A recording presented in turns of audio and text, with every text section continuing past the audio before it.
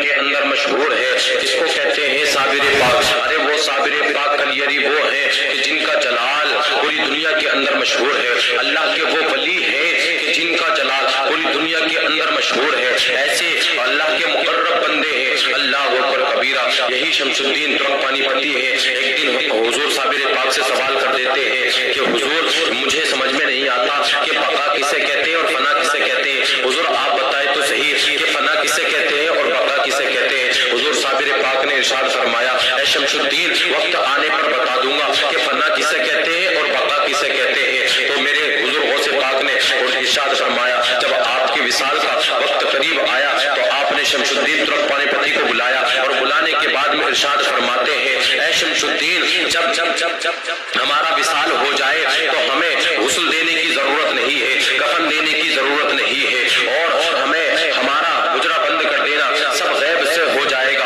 اور پھر ہمارا جنازہ پڑھانے کی بھی ضرورت نہیں ہے۔ شمس الدین ترک پانی پتی کہتے ہیں حضور تو پھر نماز جنازہ آپ کی کون پڑھائے گا، آپ کی جنازے کی نماز پھر کون پڑھائے گا؟ حضور صابر پاک نے ارشاد فرمایا شمس الدین ایک گھوڑ سوار آئے گا اور وہ نماز جنازہ پڑھائے گا۔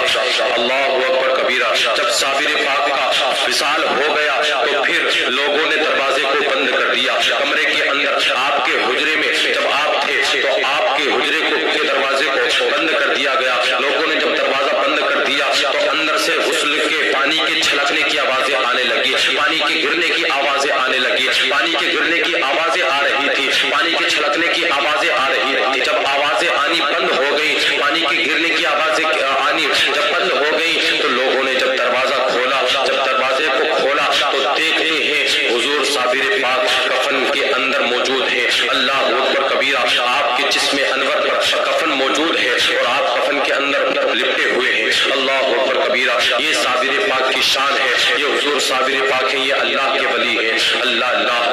اب اس کا انتظار ہے جو آپ کی نماز جنازہ پڑھائے گا۔ بڑے بڑے اولیاء سب میں سب باندھے کھڑے ہوئے ہیں، بڑے بڑے اولیاء سب باندھے کھڑے ہوئے ہیں، بڑے بڑے اولیاء لائن میں لگے کھڑے ہیں، آپ کے مریدین سب باندھے ہوئے کھڑے ہیں، بڑے بڑے وقت کے جید علماء اپنے وقت کے جید علماء صف میں کھڑے ہیں، سب ہاتھ باندھے کھڑے ہوئے ہیں، لیکن اس کا انتظار ہے جو آپ کی نماز جنازہ پڑھائے گا۔ بڑے بڑے اولیاء کرام آپ کے جنازے کے پیچھے